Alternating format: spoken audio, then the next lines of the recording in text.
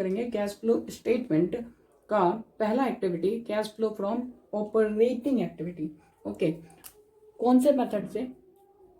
Indirect method से। Okay, method से।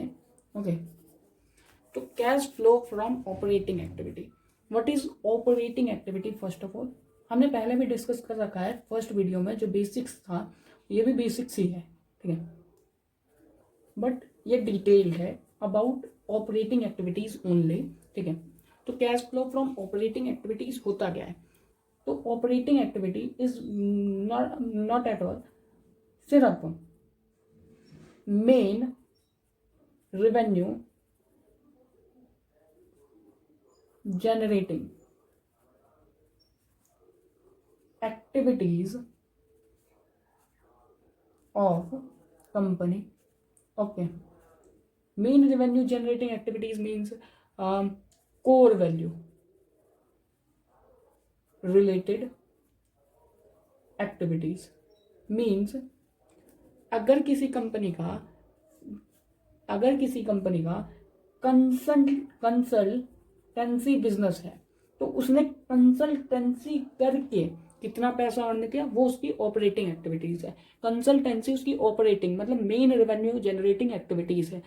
Okay, and other income और expenditure other things are non operating. Okay, तो main क्या है उसका? कंसल्टेंसी। हम लेट्स से बैंक्स को बोलते हैं, तो बैंक्स का लोन देना और लोन लेना ये ऑपरेटिंग एक्टिविटीज है। फाइनेंशियल इंस्टीट्यूशन का मेनली फाइनेंशियल सर्विसेज प्रोवाइड करना, ये क्या है? ऑपरेटिंग एक्टिविटीज में आता है। अगर हम किसी रिटेलर का बोले, अगर हम किराने शॉप का पकड़े, ठीक है, जनरल स्टोर, तो उसका गुड्स बेचना, ठीक है, रिटेलर के लिए क्या है? Selling goods is operating activities. Okay, तो ऑपरेटिंग एक्टिविटीज। अब cash flow from operating activities क्या बोलता है? हमने अपनी ऑपरेटिंग एक्टिविटीज को रिपीट करके, मतलब वही दोबारा कर करके ड्यूरिंग ऑपरेटिंग साइकिल, ठीक है, को कितना कैश फ्लो, अगर हमने अपने ऑपरेटिंग एक्टिविटीज को अपने ऑपरेटिंग साइकिल में कितनी बार रिपीट करा है, जितनी बार भी करा है, उससे कितना कैश आउटफ्लो और इनफ्लो हो रहा है। ओके, आउटफ्लो इनफ्लो का मतलब कैश माइनस हुआ है, मतलब हमने कैश किसी को दिया है। कैश इनफ्लो का मतलब कैश ऐड हो रहा है कंपनी में, मतलब कैश आया है। Okay, now we will see the important format of cash flow from operating activities and its important adjustment. Okay, as we can see in the format of cash flow from operating activities, first point is net profit before tax and extraordinary item, which we are discussing in the video. As we have seen in the format that first point is net operating activities के format में हमने देखा कि first adjustment क्या था? Net profit before tax, okay, and extraordinary item. Okay, ये सबसे important part है अगर हम ऑपरेटिंग एक्टिविटीज से हम कैश फ्लो कैलकुलेट कर रहे हैं किसी कंपनी का, तो ओके, या फिर किसी भी क्वेश्चन में। क्योंकि इसमें ज्यादातर बच्चे गलत करते हैं। रीजन ये है कि कॉम्प्लेक्स नहीं है उतना, मगर कंफ्यूजन ज्यादा होती है। तो सबसे पहली बात है क्या, ये कौन से प्रॉफिट की बात कर रहा है? नेट प्रॉफिट तो बोल रहा है, कौन से प्रॉफिट की बात कर रहा है? हमने प्रॉफिट एंड लॉस अकाउंट देखा है। ओके, तो प्रॉफिट एंड लॉस अकाउंट में सबसे पहले क्या आता है? Revenue from operation. ओके, फिर आता है अदर इनकम। ओके, ये फिर इसका टोटल, फिर एक्सपेंसेस,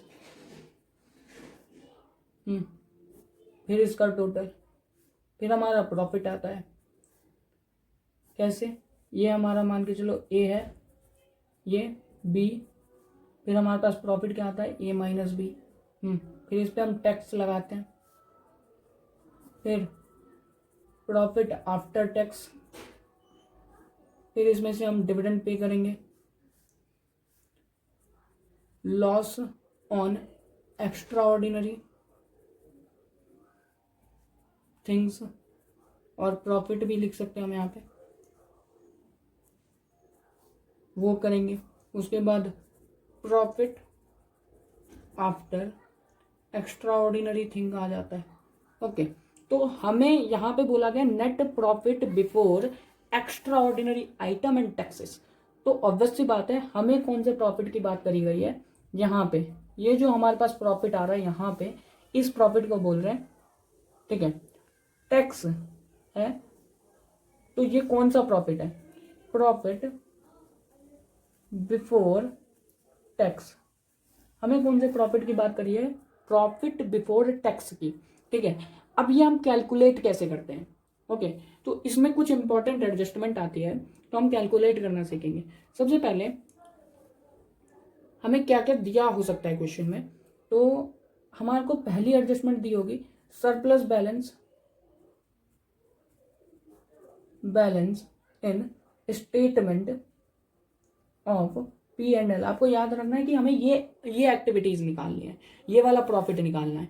इसमें जो बोला है पहला लाइन, ये प्रॉफिट है ये वाला, इसके नीचे की चीजें हमें एडजस्टमेंट में आएगी। ओके, तो सरप्लस बैलेंस ये हमारा करंट ईयर है, ये हमारा पीवाई है, previous year, current year previous year, ठीक है। करंट ईयर का बैलेंस दिया होगा लेट से 50,000 रुपीज और प्रीवियस ईयर का 40,000 रुपीज।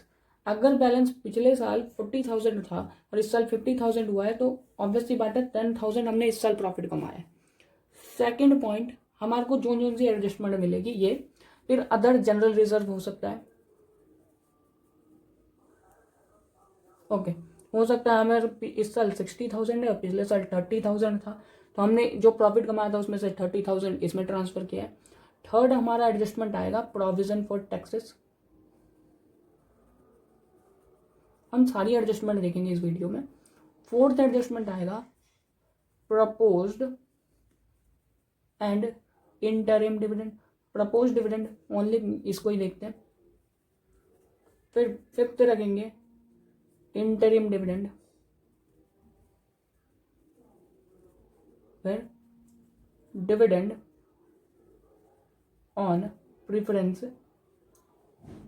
शेयर, ये हम इसके साथ ही कवर कर लेंगे। ओके, फिर लास्ट में एक्स्ट्रा ऑर्डिनरी आइटम। ओके, तो हम चलिए शुरू करते हैं यहां से। तो इफ क्वेश्चन, अगर हमारे पास जो क्वेश्चन आया है इज फ्रॉम बैलेंस शीट, अगर बैलेंस शीट से क्वेश्चन आया है तो हम कैसे कैलकुलेट करेंगे profit before tax and extraordinary item, कैसे कैलकुलेट करेंगे। तो सबसे पहली एडजस्टमेंट जो हमने बोली थी, डिफरेंस लेंगे, कौन सा, current year minus previous year, ये याद रखना है हमें। कौन सा डिफरेंस,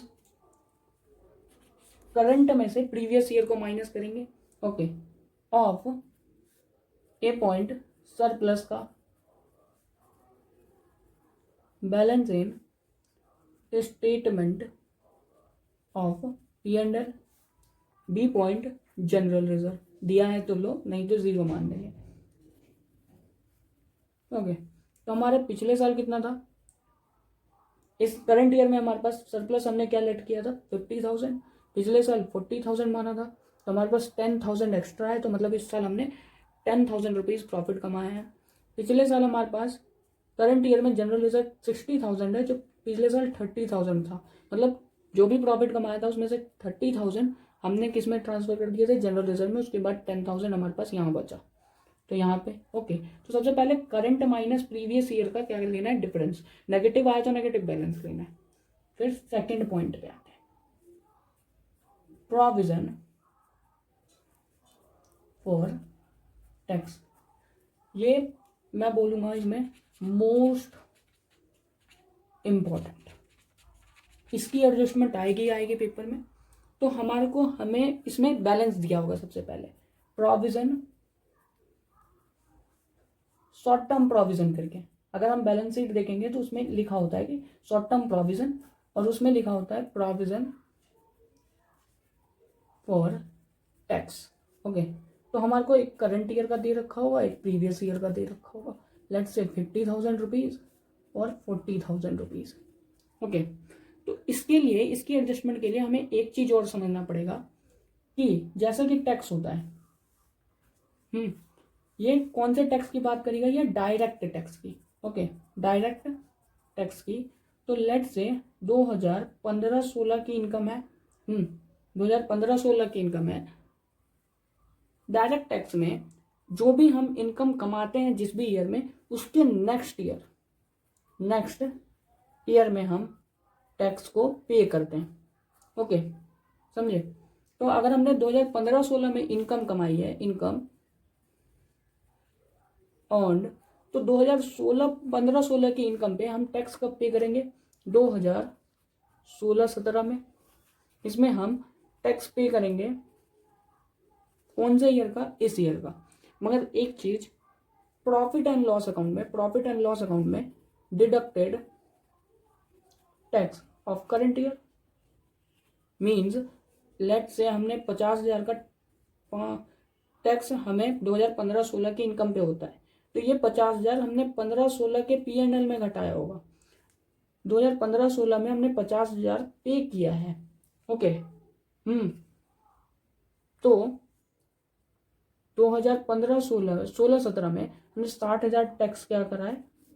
60,000 हमारा टैक्स बनता है 2016-17 की इनकम पे, और 15-16 पे 50,000। तो ये हमने 50,000 कौन से 15-16 के P&L में डाला होगा। ओके, और 2016-17 में 60,000, मगर पेमेंट क्या हुई है? ये जो 50,000 है पिछले साल की पेमेंट है, और 60,000 अगले साल, ये नेक्स्ट ईयर पेमेंट होगी,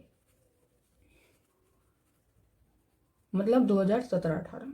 ये हमारा चलता है कि मतलब जिस साल हमने इनकम कमाया है उसके नेक्स्ट ईयर हम पेमेंट करते हैं उस इनकम पे टैक्स, मगर उस टैक्स को उसी साल के प्रॉफिट एंड लॉस में एडजस्ट करते हैं। ओके, तो इसके लिए एक तरह की हमारी लाइबिलिटी क्रिएट हो जाती है नेक्स्ट ईयर के लिए। ओके, तो हम एक अकाउंट बनाएंगे, तो इसके लिए 3 पॉइंट हमें ध्यान में रखना है। पहला, इफ देयर इज एडजस्टमेंट, अगर एडजस्टमेंट है फॉर प्रोविजन फॉर टैक्स, अगर हमारे को प्रोविजन फॉर टैक्स के लिए कोई एडजस्टमेंट है तो। Second, if there is no any adjustment. Okay, तो हम चलते हैं अब नेक्स्ट पे। तो अब चलते हैं, इफ देयर इज एडजस्टमेंट, पहले एडजस्टमेंट नहीं होगा तो वो करते हैं, if there is not any adjustment in the question. Okay, तो सबसे पहले लेट करते हैं एडजस्टमेंट नहीं है, तो हमें बैलेंस शीट है, बैलेंस शीट में शॉर्ट टर्म प्रोविजन दे रखा है।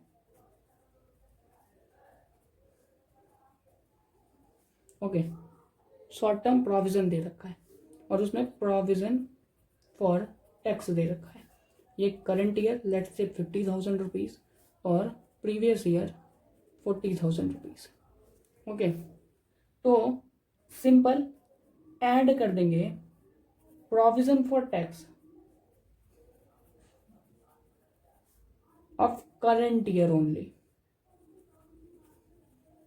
Okay, current year to profits, simple, क्योंकि करंट ईयर वाला ही हमने अपनी statement of profit and loss में, जब हम statement of profit and loss profit लिखेंगे, इस साल की इनकम पे जो भी टैक्स बनेगा वो हमने डिडक्ट किया होगा, तो वापस हमें इस पॉइंट पे जाना है यहाँ से, तो हमें ऐड करना पड़ेगा, क्योंकि हमने लास्ट टाइम डिडक्ट किया था, तो इस पॉइंट से इधर जाने के लिए हमें ऐड करना पड़ेगा। तो सिंपली अगर कोई भी एडजस्टमेंट नहीं है तो हम करंट ईयर वाला उठा के, मतलब 50,000 रुपीज़ क्या कर देंगे, रिवर्सली ऐड कर देंगे। But if there is any adjustment in QUESTIO question होता है, तो फिर से वही शॉर्ट टर्म प्रोविजन दिया रहेगा, याद रख लें इसको, क्योंकि इजी पड़ेगा। जितना ज़्यादा बैलेंस शीट ग्रैप करेंगे आप, उतना ज़्यादा आपको इजी पड़ेगा।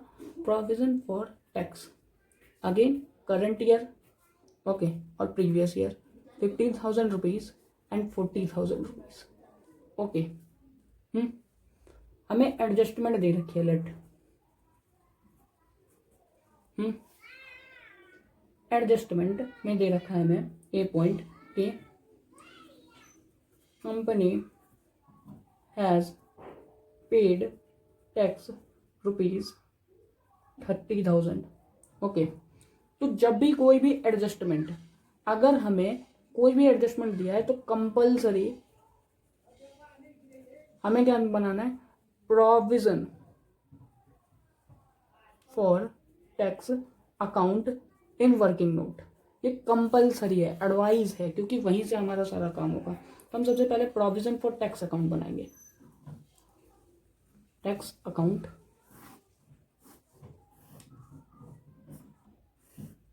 ये रुपी पर्टिकुलर,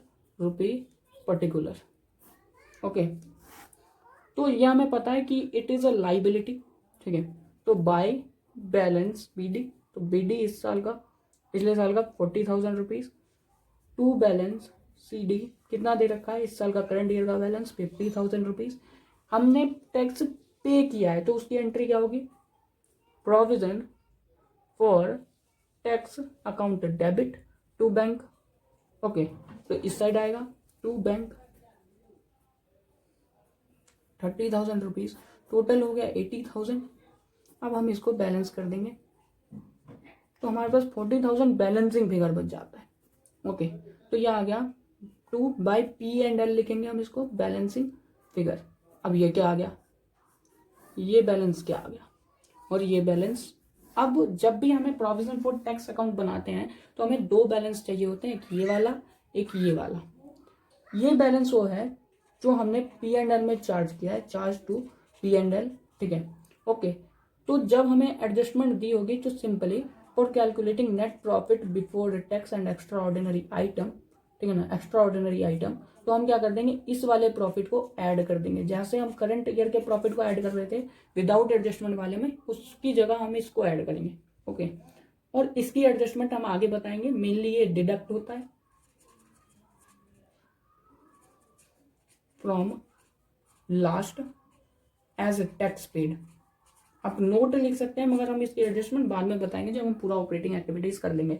बस इस केस में यहाँ पे करंट ईयर के प्रॉफिट को ऐड नहीं करना, जैसे हम इसमें कोई बिना एडजस्टमेंट के करंट ईयर के प्रॉफिट को ऐड कर रहे थे। इसमें profit and loss balancing figure जो हमारे पास आया है वो, यहाँ पे हमें ये भी बोल सकता है कि प्रॉफिट एंड लॉस में हमने 40,000 ट्रांसफर किया तो हमारा बैलेंस ये आ जाता, तो 30,000 ही हम क्या करते, ऐड करते, ओके। तो सिंपल जो भी हमारा प्रॉफिट एंड लॉस में चार्ज हुआ है वो बैलेंस ऐड करना है, ओके। सॉरी फॉर दिख नहीं रहा था शायद, तो ओके। अब हमारा नेक्स्ट एडजस्टमेंट आता है प्रपोज्ड डिविडेंड, ओके। तो प्रपोज्ड डिविडेंड होता क्या है, सबसे पहले प्रपोज्ड डिविडेंड एक ऐसा डिविडेंड है, is a dividend declared but paid in accounting year, ठीक है। तो जो भी, तो हमें अगर प्रपोज डिविडेंड दे रखा है क्वेश्चन में, वही सेम चीज वहीं पे मिलेगा, शॉर्ट टर्म प्रोविजन, उसमें एक तो प्रोविजन फॉर टैक्स रहेगा, फिर नीचे ही दे रखा होगा प्रपोज डिविडेंड, यहाँ पे करंट ईयर, यहाँ पे previous year. Let's say 30,000 rupees, यहाँ पे 20,000 रुपीज। हमें कुछ नहीं करना, करंट ईयर के बैलेंस को उठाना है और ऐड कर देना है, ओके, क्लियर। बस इतनी एडजस्टमेंट आनी चाहिए for calculating net profit before tax and extraordinary item. अगले एडजस्टमेंट पे जाते हैं, इंटरिम डिविडेंड पे। एक और चीज, propose dividend equity share holder को दिया जाता है। Interim dividend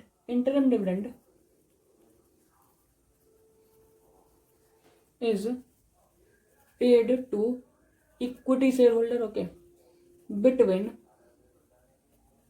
to AGM. तो ये एक ऐसा डिविडेंड है जो दो एजीएम के बीच में पे किया जाता है, मतलब डिक्लेयर किया जाता है इक्विटी शेयर होल्डर के लिए, ओके। तो ये हम प्रॉफिट में से डिडक्ट करते हैं, उसके बाद बैलेंस ट्रांसफर करते हैं, जनरल रिजर्व, जो भी चीजें हैं, जो हमारे पास सरप्लस बैलेंस रहता है वो बैलेंस इन सबको डिडक्ट होने के बाद होता है। तो जो भी हमें इंटरिम डिविडेंड दिया हो, सिंपली क्या कर देंगे, ऐड कर देंगे, एडेड टू, सिंपली ऐड कर देंगे, added for calculating net profit before tax and extraordinary item. Note ले सकते हैं आप। बस एक चीज, if there is any interim dividend, do check for preference dividend as well. Means अगर आपको इंटरम डिविडेंड दे रखा है क्वेश्चन में, तो प्रीफरेंस डिविडेंड को भी देखना है कि अगर कोई प्रीफरेंस शेयर है तो उस पर भी डिविडेंड देना है, ओके। अगर हमें क्वेश्चन में नहीं दे रखा कि प्रीफरेंस शेयर को कितना डिविडेंड दिया है, तो हमें खुद से कैलकुलेट करना पड़ेगा, okay. Otherwise preference dividend is also added for calculating net profit before tax and extraordinary item, okay. अब हम लास्ट एडजस्टमेंट पे जाएंगे। हमारा लास्ट एडजस्टमेंट है extraordinary item. What is this extraordinary item? Extraordinary item means कि any profit and loss due to extraordinary activities, ठीक है। अगर हम बहुत डिटेल में जाएंगे, कभी जिंदगी में मौका मिले आपको, तो आप इसको AS5 में पढ़ेंगे। AS5 अकाउंटिंग स्टैंडर्ड 5 में ordinary and extraordinary item के बारे में डील करता है, बट यहीं पे रहते हैं। एक्स्ट्रा ऑर्डिनरी आइटम मीन्स अगर हमें कोई प्रॉफिट या लॉस हुआ है simply due to extraordinary activities. कौन सी extraordinary activities? Oh my god जैसी, ठीक है। या तो लॉस हुआ है हमें बाय फायर, ठीक है, आग लग जाती है, किसी को थोड़ी पता चलता है, लेटर देके थोड़ी जाएगा। Loss due to earthquake, okay. फिर recovery from insurance on loss of earthquake, ठीक है। तो ये सारी चीजें एक्स्ट्रा ऑर्डिनरी एक्टिविटी है। अगर हमें अर्थक्वेक पे लॉस हुआ है तो इंश्योरेंस कंपनी से अर्थक्वेक से रिकवरी हुई, तो ये एक तरह से हमारे पास प्रॉफिट हो गया रिकवरी को, ठीक है। और ये हम क्या कर रहे हैं, ये हमारा लॉस है, ठीक है। तो ये लॉस हम PNL में चार्ज करेंगे, डिडक्ट कर रहे थे, और ये हम ऐड कर रहे थे, तो रिवर्स कैलकुलेशन करना है। Means profit on extra ordinary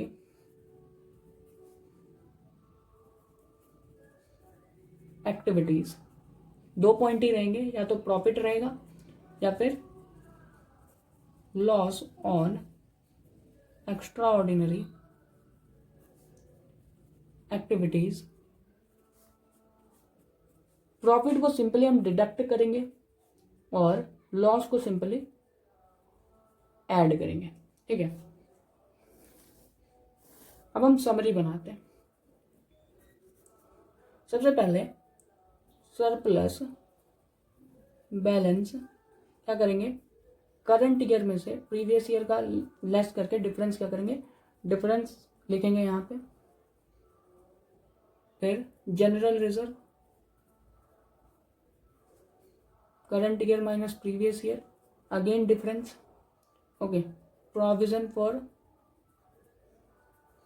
tax, या तो करंट ईयर नो एडजस्टमेंट, ठीक है, अगर कोई एडजस्टमेंट नहीं दे रखी तो सीधे सीधे करंट ईयर, अगर एडजस्टमेंट दे रखी है तो टैक्स मेड, ठीक है, टैक्स मेड ड्यूरिंग ईयर हम क्या कर देंगे, ऐड कर देंगे, ऐड कर देंगे। कौन सा, ये हम बैलेंसिंग फिगर निकालते हैं और गिवन, या तो हमें गिवन होगा या तो बैलेंसिंग फिगर में निकलेगा।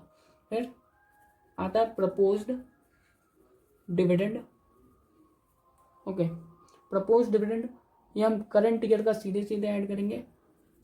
इंटरिम डिविडेंड ऐड कर देंगे इसको, ओके। प्रीफरेंस डिविडेंड ऐड कर देंगे, ओके। तो सारे ऐड हो रहे हैं।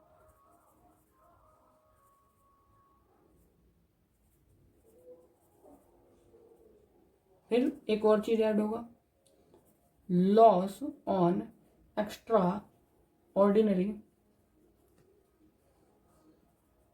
एक्टिविटीज। फिर हम लास्ट में एक चीज लेस भी करेंगे, प्रॉफिट या फिर recovery on extraordinary activities. इससे हमारा क्या आ जाएगा, इससे हमारा जो निकालना था net profit before tax and extraordinary activities आ जाएगा, ओके। अब हम करेंगे अगली वीडियो में डिस्कस करेंगे इसके क्वेश्चंस, ओके।